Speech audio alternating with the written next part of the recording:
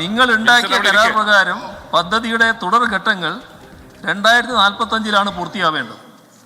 പക്ഷേ 2028 പദ്ധതി പൂർത്തിയാക്കാനുള്ള ശ്രമങ്ങളാണ് ഇപ്പോൾ നടന്നുകൊണ്ടിരിക്കുന്നത്. സർ, ബഹുമാനായ മുൻ പ്രതിപക്ഷ നേതാവ് രമേശ് ചെന്നിത്തല നടപ്പാകാത്ത പദ്ധതികൾ മാത്രമേ ഈ നയപ്രഖ്യാപന പ്രസംഗത്തിലുള്ളൂ എന്നാണ് പറഞ്ഞത്. സർ, നടപ്പാക്കാൻ കഴിയാത്ത പദ്ധതികൾ പ്രഖ്യാപിക്കുന്നു. അത് നിങ്ങൾക്ക് ചേരുന്നതാണ്, ഞങ്ങൾക്ക് ചേരുന്നതല്ല. നിങ്ങൾ പറയുന്നത് എന്താണോ അത് നടപ്പാക്കാൻ നിൽക്കുന്നവരാണ്. അതെല്ലാവരും നാടാകെ അംഗീകരിച്ച കാര്യമാണ്. നേരത്തെ പദ്ധതികളെ പറ്റിയാണ് ഞാൻ പറയേണ്ടത്. എല്ലാം വീണ്ടും ഞാൻ ആവർത്തിക്കുന്നില്ല. എടവൺ കൊച്ചിയും പവർ ഹൈവേയും ഗെയിൽ വാതക പൈപ്പ് ലൈനും എല്ലാം ഇതൊക്കെ ഉപേക്ഷിച്ചു പോകുന്ന നിലയല്ലേ നിങ്ങൾ സ്വീകരിച്ചിരുന്നത്? അത് പൂർത്തിയാക്കിയത് LDF അല്ലേ? ഇത് കൊച്ചി മെട്രോ, കണ്ണൂർ വിമാനത്താവളം അതെല്ലാം പൂർത്തീകരിക്കുന്നതിനും LDF സർക്കാരിൻ്റെ നടപടികൾ സ്വീകരിച്ചത്. ഇവിടെ ശ്രദ്ധിക്കേണ്ട ഒരു കാര്യമാണ്, രാജ്യത്തെ ആദ്യ സൂപ്പർ ഫാബ് ലാബ്, രാജ്യത്തെ ആദ്യത്തെ ഡിജിറ്റൽ സർവകലാശാല, രാജ്യത്തെ ആദ്യ ഗ്രഫീൻ സെൻറ്റർ, രാജ്യത്തെ ആദ്യ ഡിജിറ്റൽ സയൻസ് പാർക്ക്, ഇതെല്ലാം നമ്മുടെ കേരളത്തിലുള്ളതല്ലേ? അത് LDF സർക്കാർ നടപ്പാക്കിയതല്ലേ? രാജ്യത്തെ ആദ്യ വാട്ടർ മെട്രോ, ഇതൊക്കെ യാഥാർത്ഥ്യമാക്കാൻ നമുക്ക് കഴിഞ്ഞില്ലേ? അപ്പോൾ അങ്ങ് കുറച്ച് കാര്യങ്ങൾ ഗൗരവത്തോടെ കണ്ട് സംസാരിക്കുന്ന ആളായിരുന്നല്ലോ, എന്താ പറ്റിയെന്നറിയില്ല. LDF സർക്കാരിൻ്റെ ജീനിൽ അഴിമതി അലിഞ്ഞു ചേർന്നിരിക്കുന്നു എന്നാണ് അദ്ദേഹം നടത്തിയ മറ്റൊരാരോപണം. സർ, ഇലക്ടറൽ ബോണ്ട് രേഖ സുപ്രീം കോടതി നിർദ്ദേശപ്രകാരം പുറത്തു വന്നപ്പോൾ കോൺഗ്രസിൻ്റെ ജനിതക രേഖയല്ലേ നമ്മളതിൽ കണ്ടത്? ഞങ്ങളൊരു നയാ പൈസ പോലും ഇലക്ട്രൽ ബോണ്ടായി വേണ്ട എന്ന നിലപാടെടുത്തവരാണല്ലോ. അപ്പോൾ ജീനിൻ്റെ കഥയൊന്നും തൽക്കാലം ഇങ്ങോട്ട് വേണ്ട എന്ന് മാത്രമേ ഞങ്ങൾക്ക് പറയാൻ. DLF കേസൊക്കെ എങ്ങനെ ആവിയായിപ്പോയി എന്നത് മാലോകർക്കെല്ലാം അറിയാവുന്ന കാര്യമാണല്ലോ. ഞാനതിൻ്റെ ഒന്നും മറ്റു കാര്യങ്ങളിലേക്ക് പോകുന്നില്ല. സർ, മുൻ പ്രതിപക്ഷ നേതാവ് പറയുമ്പോൾ ദില്ലി മദ്യനയത്തെ പറ്റി പറയുകയുണ്ടായി.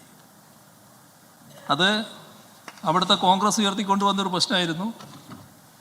ഒരു രാഷ്ട്രീയ പാർട്ടി എന്ന നിലക്ക് കോൺഗ്രസ് എങ്ങനെ മറ്റ് രാഷ്ട്രീയ പാർട്ടികളോട് സമീപനം സ്വീകരിക്കുന്നതിൻ്റെ വ്യക്തമായ ഉദാഹരണം കൂടിയായിരുന്നു അത്.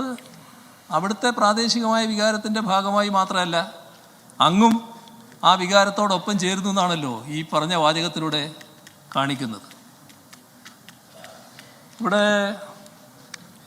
അല്പം ആഹ്ലാദത്തോടെയും അഭിമാനത്തോടെ ആയിരിക്കുമല്ലോ ഇത് പറഞ്ഞിട്ടുണ്ടാവുക.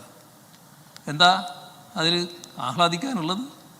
കെജ്രിവാളിനെ ജയിലിലാക്കാൻ ഏറ്റവും ഉത്സാഹിച്ചത് അവിടെ കോൺഗ്രസ് ആയിരുന്നല്ലോ. ആദ്യം ഡൽഹിയിലെ ഉപമുഖ്യമന്ത്രി മനീഷ് സിസോദിയെ കേന്ദ്ര ഏജൻസി അറസ്റ്റ് ചെയ്തപ്പോൾ കോൺഗ്രസ് അത് സ്വാഗതം ചെയ്യുകയും എന്തുകൊണ്ട് കെജ്രിവാളിനെ പിടിക്കുന്നില്ല എന്ന് ചോദിക്കുകയും ചെയ്തത് അങ്ങയുടെ ശ്രദ്ധയിലുള്ള കാര്യമായിരിക്കുമല്ലോ. അപ്പോൾ കെജ്രിവാളിനെ കൂടി അറസ്റ്റ് ചെയ്യണമെന്നല്ലേ അന്ന് ആവശ്യപ്പെട്ടത്? കെജ്രിവാളിനെതിരെ കേസ് കൊടുത്തത് അവിടുത്തെ PCC പ്രസിഡന്റ് തന്നെയായിരുന്നില്ലേ? ഒടുവിൽ BJP വഴി കോൺഗ്രസിൻ്റെ ആഗ്രഹം നടന്നു കിട്ടുകയല്ലേ ചെയ്തത്? ഇത് പക്ഷേ അനുഭവത്തിൽ നിന്നെങ്കിലും തിരുത്താൻ കഴിയുന്നുണ്ടോ? ഇപ്പോൾ ഡൽഹിയിൽ നിയമസഭാ തെരഞ്ഞെടുപ്പ് നടക്കാൻ പോവുകയാണല്ലോ. കഴിഞ്ഞ 2 നിയമസഭാ സീറ്റിൻ്റെ അനുഭവമുണ്ട്. നേരത്തെ കോൺഗ്രസ് അവിടെ ഭരിച്ചിട്ടുണ്ടെന്നുള്ളത് ഞാൻ മറക്കുന്നില്ല. പക്ഷേ 2 നിയമസഭാ സീറ്റുകളിൽ ഒരു സീറ്റ് പോലും നേടാൻ കോൺഗ്രസ്സിന് കഴിഞ്ഞിരുന്നില്ല. അപ്പോൾ നിലവിലവിടെ നിങ്ങൾ സീറ്റ് നേടാനാണോ ജയം, അല്ല BJPയെ ജയിപ്പിക്കാനുള്ള കൊട്ടേഷനാണോ എടുത്തിട്ടുള്ളത്? ആം ആദ്മി പാർട്ടി ആ സർക്കാരിനെ പറ്റാവുന്ന രീതിയിലൊക്കെ ആക്രമിച്ചുകൊണ്ടാണല്ലോ കോൺഗ്രസിൻ്റെ പ്രചരണം അത്രയും. മുൻ മുഖ്യമന്ത്രി ഷീലാ ദീക്ഷിത്തിൻ്റെ മകനാണ് സന്ദീപ് ദീക്ഷിത്. അരവിന്ദ് കെജ്രിവാളിനെതിരെ കോൺഗ്രസ് സ്ഥാനാർത്ഥിയായി മത്സരിക്കുന്നത്. ഇദ്ദേഹത്തിൻ്റെ പദ്ധതികൾ ആയുധമാക്കിയാണ് ഡൽഹി ലഫ്റ്റനന്റ് ഗവർണർ ആം ആദ്മി സർക്കാരിനെ വേട്ടയാടുന്നത്. ഡൽഹി സർക്കാരിൻ്റെ വികസന പദ്ധതികൾക്കെതിരെയെല്ലാം കോൺഗ്രസ് ആരോപണം ഉന്നയിച്ചുകൊണ്ട് BJPക്കല്ലേ പരവതാനി വിരിക്കുന്നത്? അതല്ലേ ഡൽഹിയിൽ നമ്മളിപ്പോൾ കാണുന്നത്. നിങ്ങളെ കോൺഗ്രസ് നേതാവ്, നിങ്ങളെ നേതാവല്ല, ഞാൻ കോൺഗ്രസ് നേതാവാണെന്ന് ഉദ്ദേശിച്ചത്, നിങ്ങളതെന്നല്ല, അജയ് മാക്കൻ കേജ്രിവാളിനെ ദേശദ്രോഹി എന്നാണല്ലോ വിളിച്ചത്. അതും നിങ്ങളെ ശ്രദ്ധയിലുണ്ടാവുമല്ലോ. അപ്പോൾ ചോദിക്കാൻ നോക്കിയാൽ